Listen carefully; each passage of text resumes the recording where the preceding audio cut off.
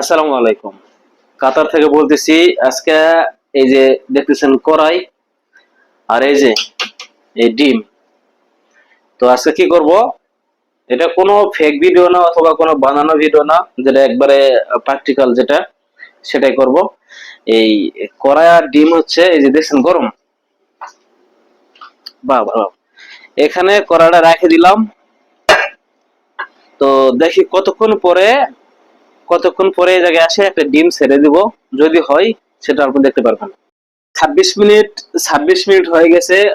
কড়াই এবং হচ্ছে তেল একটু দিয়ে বাইরে রাখছিলাম, তো এখন যা দেখি এই ডিম এখন দিলে কিরকম হয়, মানুষের জি বলে। কাতারে গরমের ঠেলায় রোদে ডিম ভাজা হয়ে যায়। তো দেখি এই যে কড়াই, ঠিক আছে, মোটামুটি গরম হয়ে গেছে অলরেডি। তো চামচে লাগবো নাকি?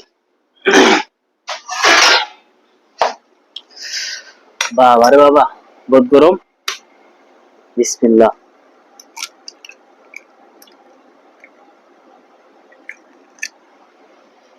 না,